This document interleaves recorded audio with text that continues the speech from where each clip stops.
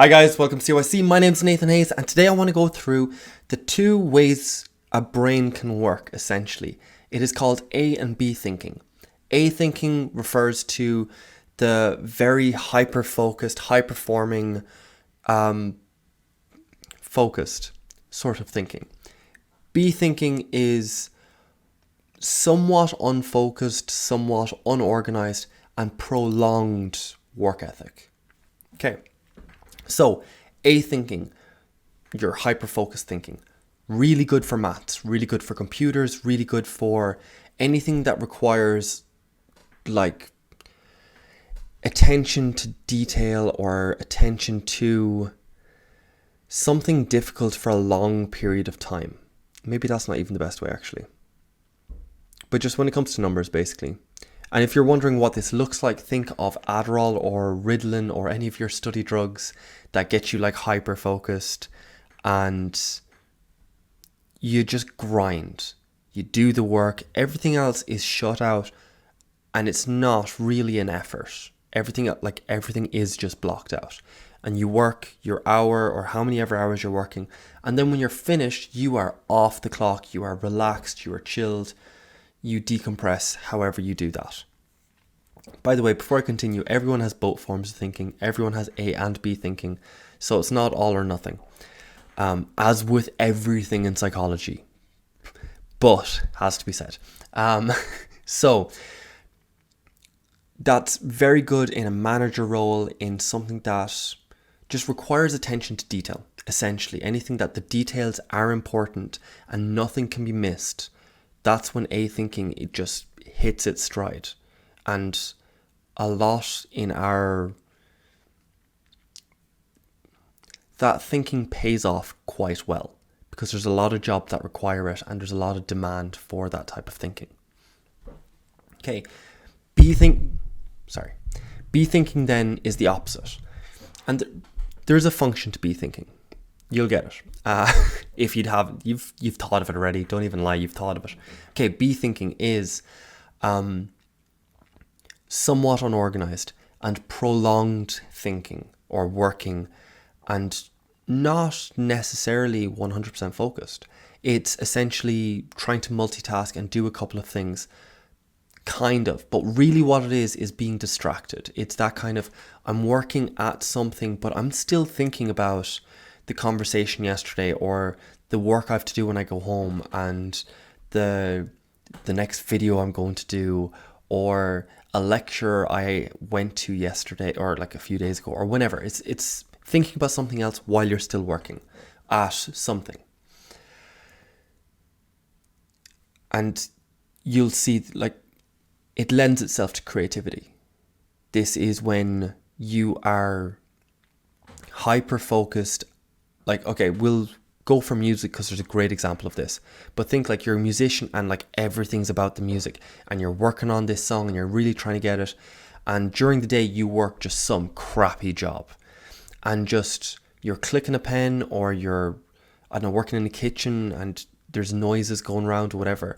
And just somewhere in your brain, you recognize a pattern of sound and you're just like, that could work in my song. And you make a connection and it works. The best example of this that I've heard recently anyway was Billie Eilish and her brother. They used the sound for walking across the street in Australia. So when you, like the zebra crossing, when you press the button, man goes green, you walk across. There's some form of da-da-da-da-da when you walk across.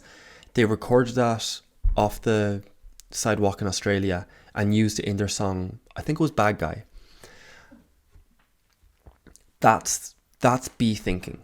And by the way, okay, this works best when you have a single priority, when you have one motivation, one aim, one goal, when everything orientates itself around one thing.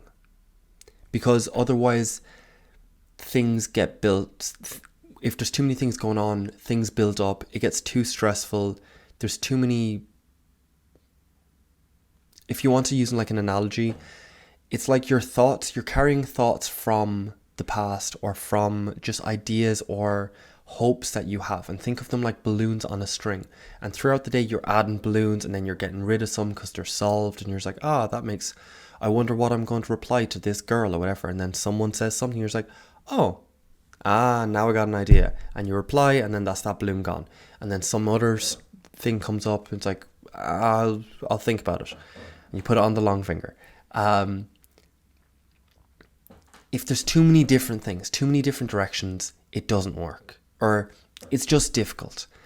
But if you have a single direction, one hyper-focused thing or whatever, that your life is all about this one thing, you can pick up a ton of balloons.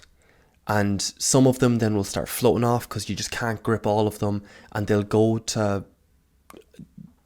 fail. Like something, you'll forget to reply to someone, you'll forget about this, you'll forget about that.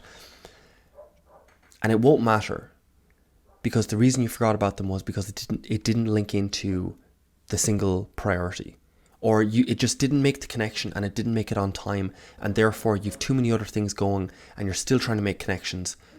Doesn't matter. But if you don't have a single priority and you're just trying to juggle everything, and you don't want to let anyone down, and you're just trying to do everything, you're going to feel the need to address every single one of those balloons. And if you work this way, it's going to pile up. It's going to be a massive stress. It's going to be difficult. You're going to be anxious, essentially. But this way of thinking is a great way to be creative if you have that single focused mindset that nothing else matters except my craft, my creativity, my whatever.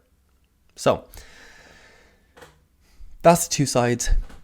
Everyone has both. I'm going to say to you that if you are strong in one and weak in the other, you should practice the other. You should practice the one you are weak on. Because if you are a creative and you're all about that bee thinking, and you're just learning to kind of focus it down on the craft, which is where a lot of creatives are. They're trying to not worry about everything else, trying to calm their anxiety to just care about their craft. At some point, you're going to want to switch over to A thinking, to the hyper-focused, really detailed thinking. And that is so we'll stick with music just because we've mentioned music or whatever. You've made your songs. Now you're going to start trying to get into marketing and all the rest. And you're going to start trying to analyze the numbers of how people are responding, how people are reacting, your crowd engagement, everything else. That's A thinking. And you're going to need it. And then you're going to network. And B thinking is good for networking because someone says something and it reminds you of something else or someone else, and you say it to them, and then the conversation flows. So B thinking is very good in social situations because it lets the person, it shows the person how your mind works. The links you are making show who you are, kind of. Don't be afraid of that. But at some point, you're going to need to remember everyone's name. You're going to try and remember details. You're going to try to, like in a social situation, you're going to try and remember details. It's not just going to be in the moment. You're going to try and prepare for an important meeting and remember that this person has 2 kids and their names are John and Billy, and you're going to want to remember this sort of stuff. Maybe. So maybe you won't. Maybe you'll stick to B thinking and just be like, do you know what, screw it, I am who I am, whatever. Sound. But I would ask you to be open to it. I would say there's an advantage to being able to do both. And while you might dominate in one, you might want to just kind of dabble in the other. Okay, that's for your creatives. For your organized mathematicians, computer guys that are all about A thinking, I would say there's a benefit to having B thinking. Just, again, just allow it, dabble, essentially. Social situations, really good. But even in work, I'm sure maybe if this is you, if you are A thinking, if you are very hyper-focused and all the rest, have you ever gone to, like, been just stuck on something, been really stressed, worked your ass off all day, there's a deadline coming up, and like, oh my God, I just need to sleep. And you go to sleep and you're like, passed out, wake up in the morning, get back to it, and you're just like, oh, do you know what this would actually be? And you have an idea. That's B thinking. You let it, okay, well, A, it's sleep and there's a load of stuff, but I would like to attribute it to B thinking in this case. Sleep has we'll do a video on sleep. But there is a perk to it. Recognizing patterns, recognizing stuff, and being able to abstract out and relate it to something else is valuable. Being able to recognize how one person works and then recognizing that same pattern in another person and saying, hey, by the way, do you know this person? First person likes soccer. Do you also like soccer? That's really shallow. But first person is really big into philosophy, doesn't believe in free will, believes that teleportation is death, believes that we are going to enter the singularity eventually, whatever. What do you think about these issues? That'd be such a fun open to a conversation. Welcome to my social life. Anyway, okay, enough talking. There is a perk to it. Dabble in it. Just try it out. They're your two different types of thinking. I hope this was beneficial to kind of explain the two. I don't really have a preference. I do. Okay, I prefer B thinking. I tend to do that. And I prefer the creative side. I prefer abstracting. Fair enough. But A is super valuable. B thinking, the creative thinking, is valuable when it works. But it's a lot riskier. It's a riskier strategy, essentially, because it's very easy to get overwhelmed, to get stressed, to become anxious. If that's your mode of thinking. So that's it for today, guys. I will see you again tomorrow. So I love you guys. Bye.